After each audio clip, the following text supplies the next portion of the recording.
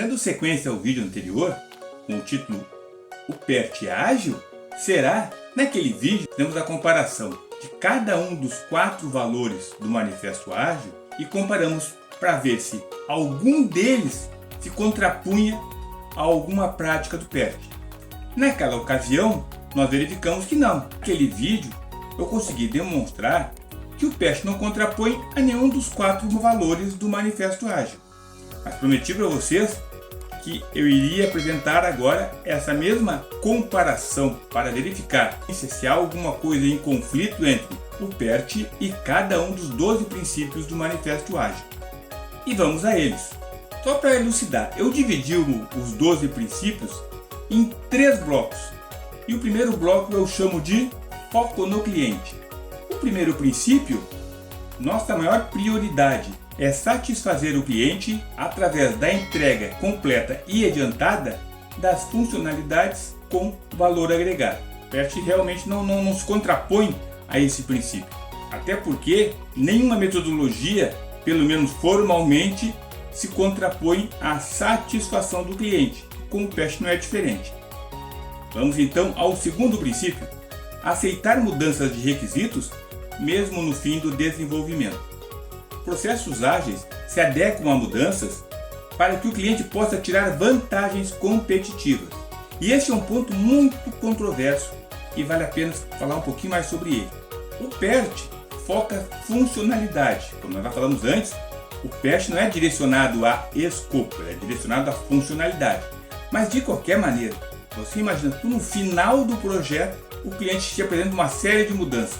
O PERT não se contrapõe a isso. O que tem que ter observado nesses casos é que o cliente tem que ter uma maneira de demonstrar, nem que para si próprio, como critério, que o que ele está propondo àquela altura do campeonato, em qualquer uma etapa do projeto, vamos dizer assim, lhe dará alguma vantagem competitiva ou, na pior das hipóteses, fará com que ele cubra uma lacuna que ele estava deixando em relação às práticas de mercado, ou seja, ele estava ficando em desvantagem em relação ao mercado e em um momento qualquer ele se deu conta que isso estava acontecendo e aí realmente ele vai propor a mudança.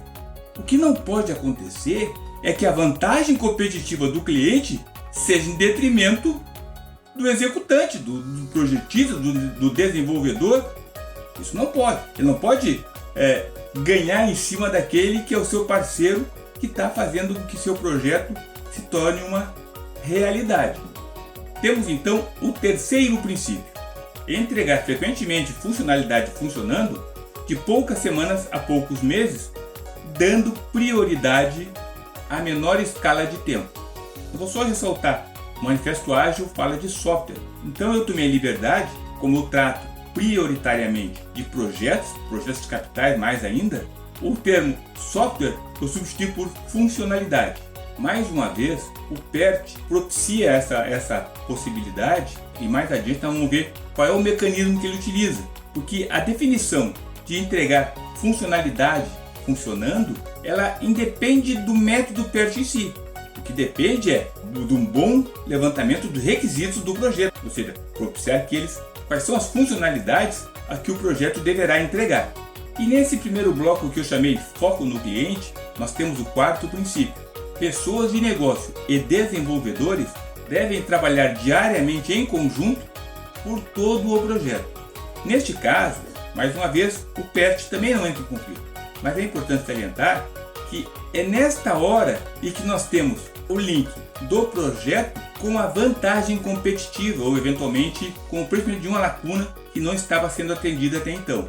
E aí a importância da participação contínua do início ao fim do projeto do pessoal de negócios, porque eles é que têm a capacitação de fazer a avaliação de valor de vantagem competitiva ou não. O PERT por si só, ele não vai identificar qual é a vantagem competitiva, mas eu entendo esse input que se dá principalmente pelo pessoal do negócio, ele consegue se adequar. E em caso de mudanças, basta que fique claro que haverá uma vantagem competitiva.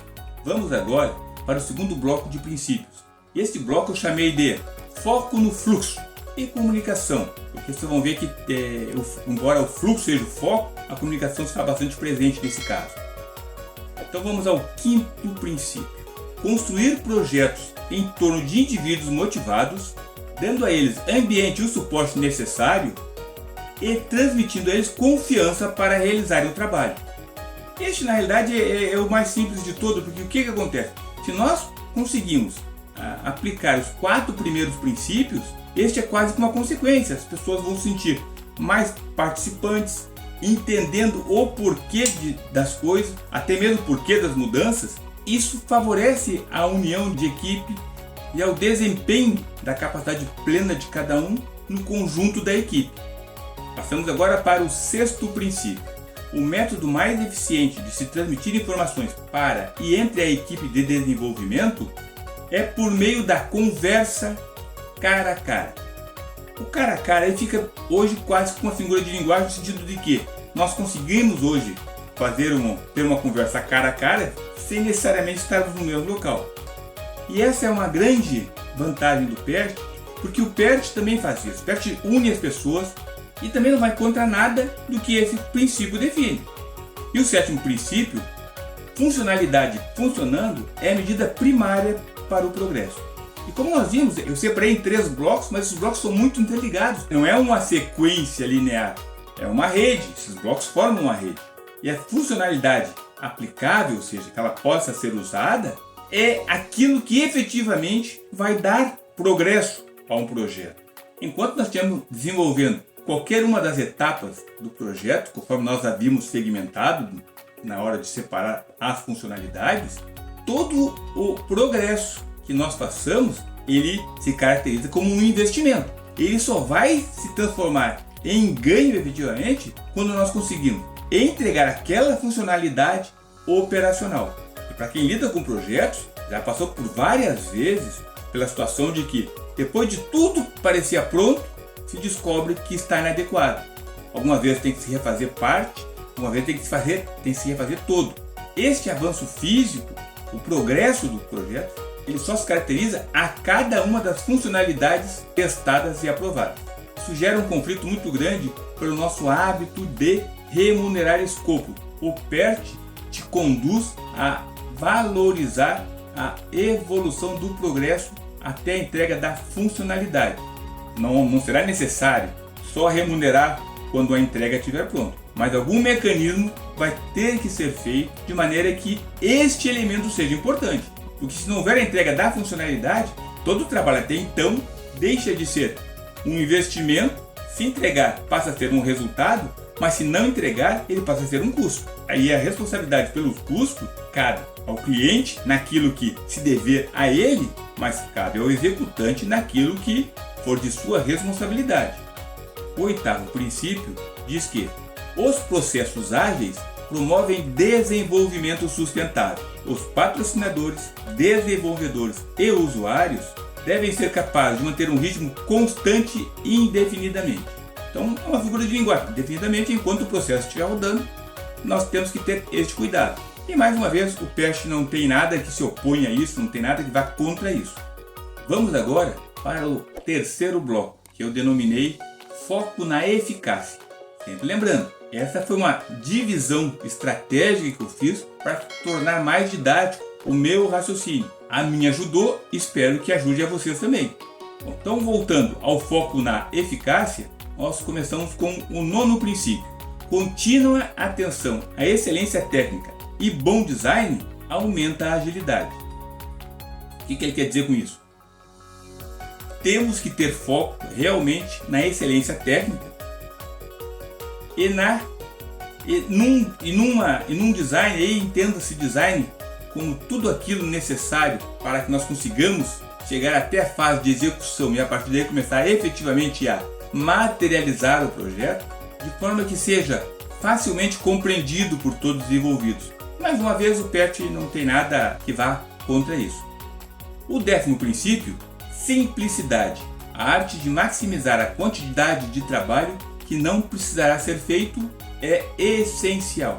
Em projetos, eu acho que esse aqui seja o mais impactante de todos os 12 princípios e ao qual o PERT também se adequa. Lembra quando alguns outros vídeos, eu até posso botar depois no card, lá no final vou citar, vou colocar um vídeo onde eu falei a respeito dos riscos e incertezas, o que nós precisamos é atacar os riscos na sua plenitude, ou seja, ao invés naquela defesa de tentar se proteger das ameaças, nós temos que explorar os riscos. Está na moda agora falar do problema dos 3 corpos, na realidade o problema dos N corpos, e no mundo macro, mesmo na termodinâmica, que é a origem desse estudo, que surgiu todo esse embate, né? No mundo macro, uma rede sintetiza claramente o problema da interação de mais de 2 funcionalidades que devem ser entregues a partir de um conjunto de trabalho.